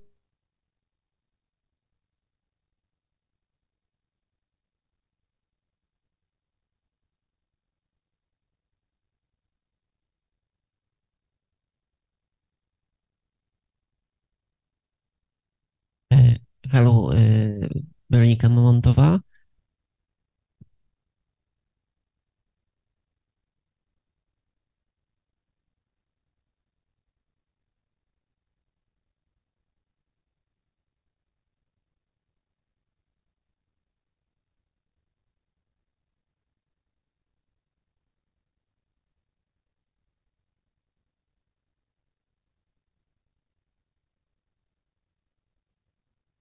My was słyszymy, chyba zerwało nam połączenie z prelegentką.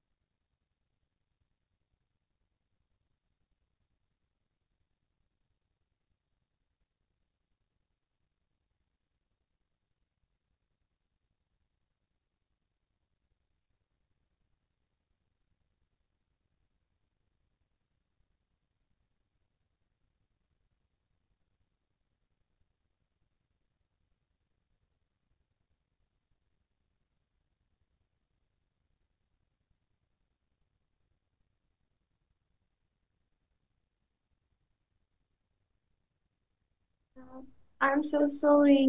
I have some problems with my internet. Do you hear me? Yes, we can hear you. It's good to see you now. Okay, so let's start our discussion. And do the commission has have any questions?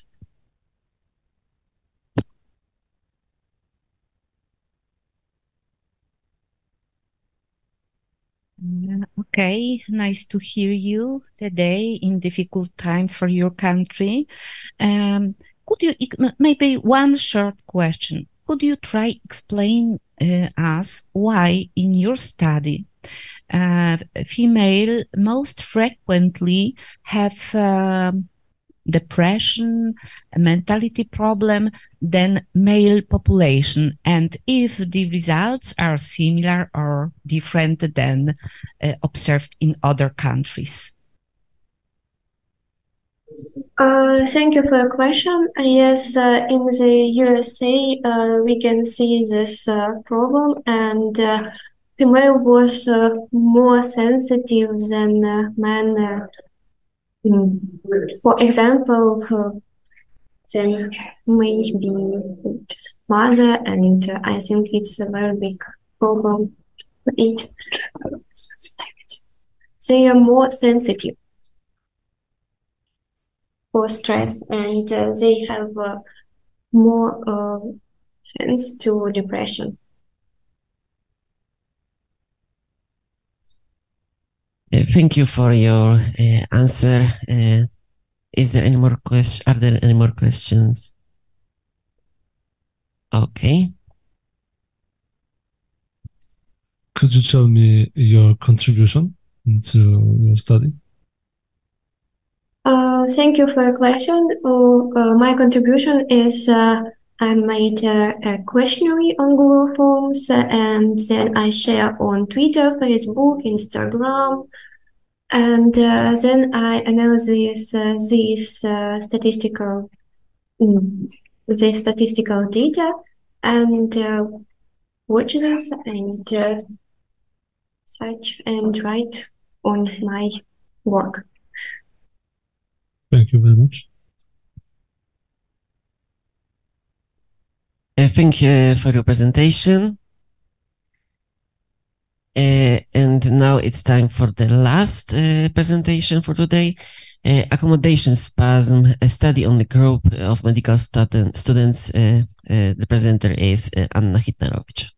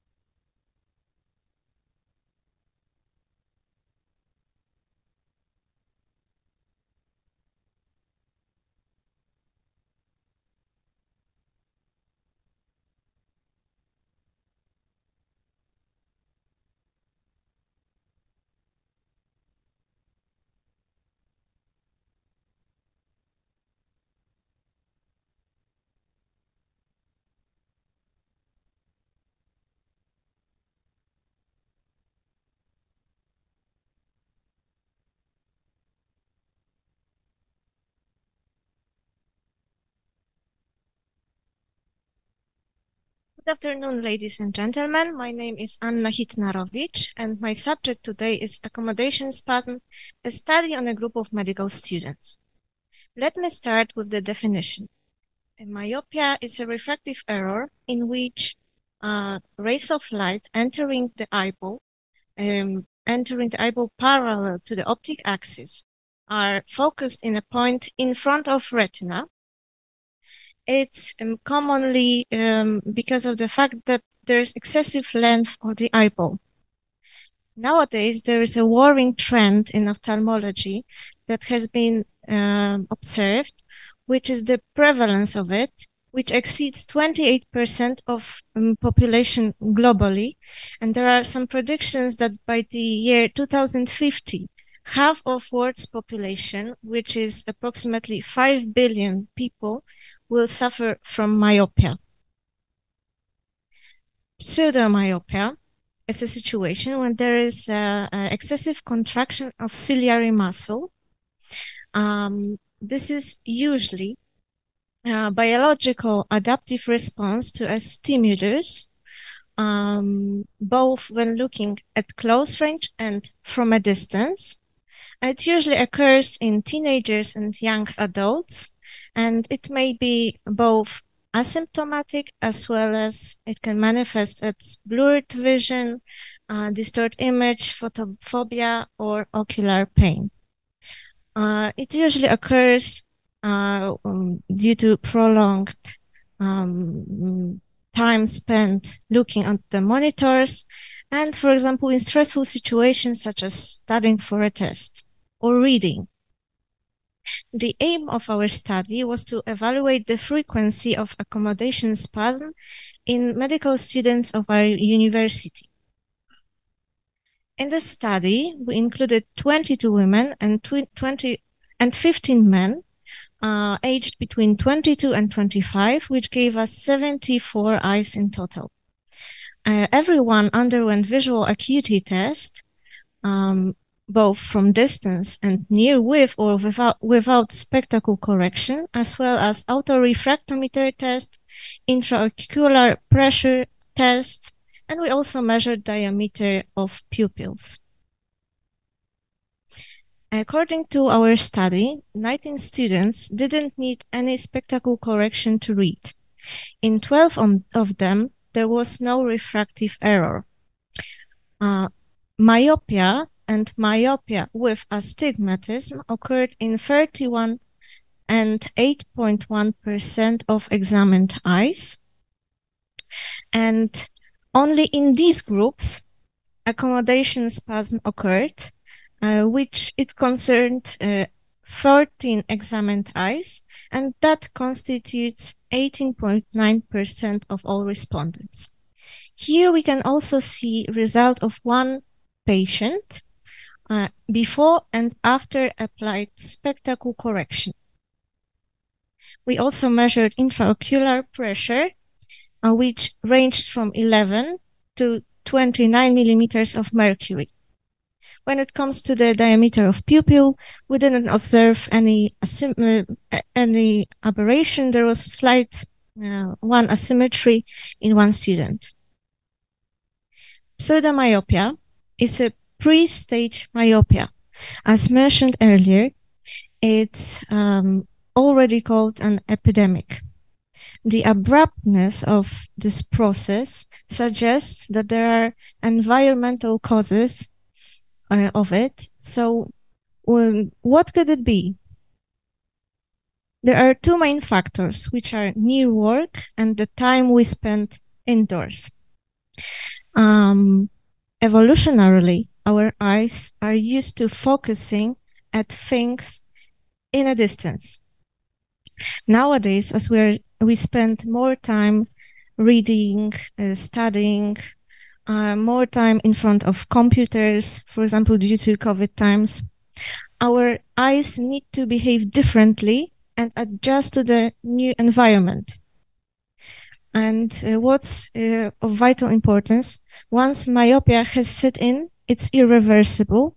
So the prophylaxis of it is a must. This myopia and pseudomyopia is very common among students and other intellectual groups. Pseudomyopia is also very common among those people who still have active accommodation. So what can we do to prevent it? We should spend more time outdoors because the daylight is of protective value for our eyes. We should limit time of use of digital devices. We should also take care of the quality of working with them. So here we should consider changing our workstation as well as think of the correct sitting position. And of course, we should take into account that we have to focus on such simple hygienic rules like taking breaks during working. Here, one simple rule, 20-20 rule, which means every 20 minutes we should take a 20 seconds breaks looking at something 20 feet away, which is 6 meters away. Here you can see the correct sitting posture according to American guidelines.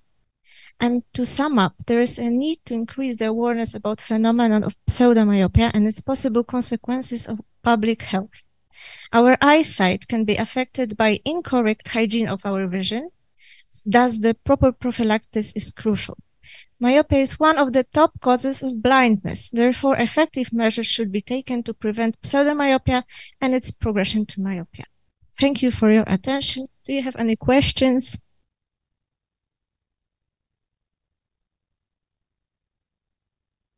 Presentation.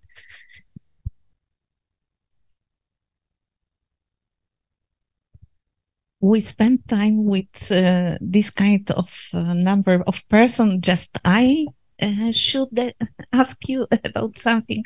Okay, thank you for the presentation. Very clear, very important. I never heard before about myopia. Thank you for the new knowledge. And could you could you tell us how many people? Maybe you show this, but I'm tired. How many people in clinic have this kind of problem?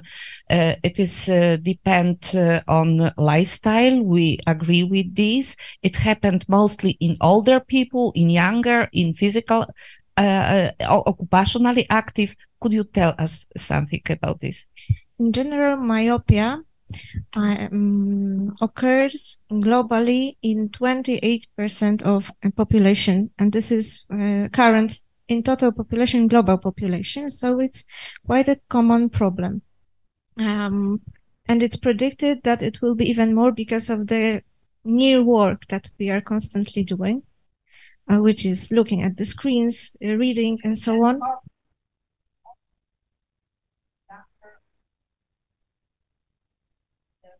I would say that it depends on the lifestyle of the person. I wouldn't say that it's only for one group of people.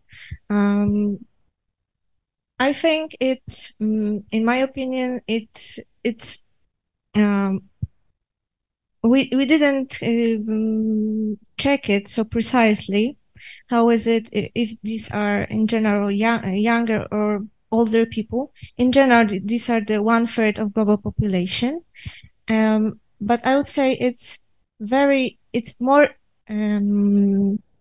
we can see it more clearly in younger generations because they are working more next to the electronic devices.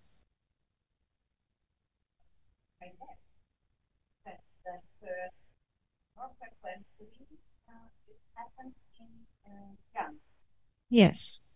Now, in the future, I would say that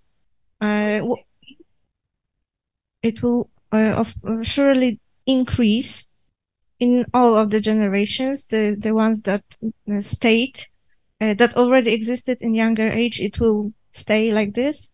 And the new people that will be born will also suffer from it. And what's important or interesting to say is that evolutionarily, so in the past years, we used to be hunters, and now it's said that we are moles.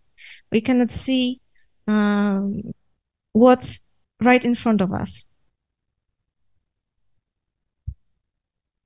Are there any more questions? Okay, thank you very much.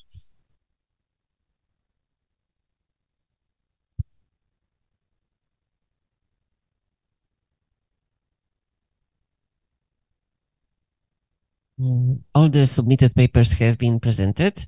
We congratulate all the presenting authors and the participants of the public health and healthcare at the second session. At this point, I would like to ask the Professor Kowalska for a few words to sum up the session.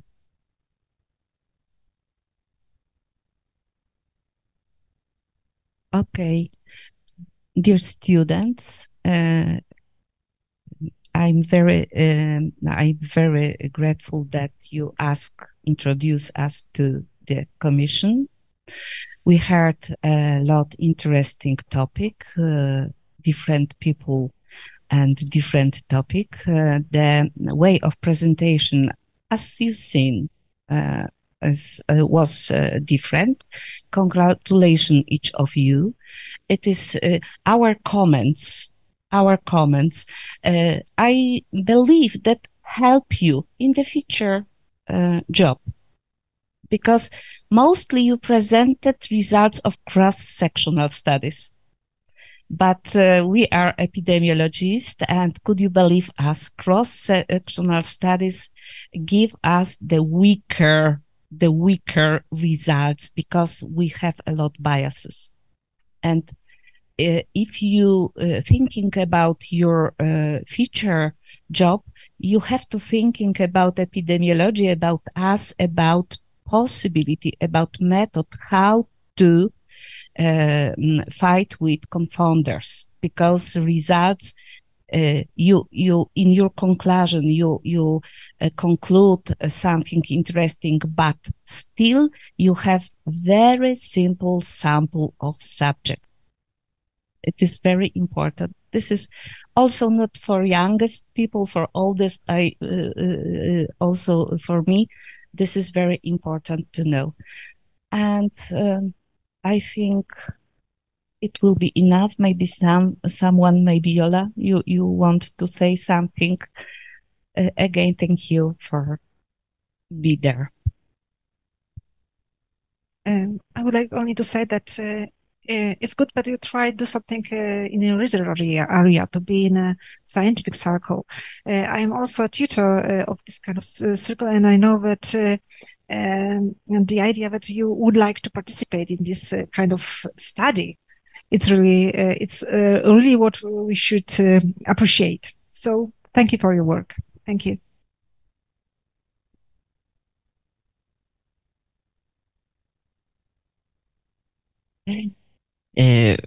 Thank you very much for these words. I'd like to cordially invite you, all the participants, for the decoration and closing ceremony of the SIMC 2023 conference, which will be held in A3 hall tomorrow at 4 p.m. if I remember. But you should check this on our website. On the behalf of Students Scientific Society, I would like to thank you all for the participation in this session. Thank you all.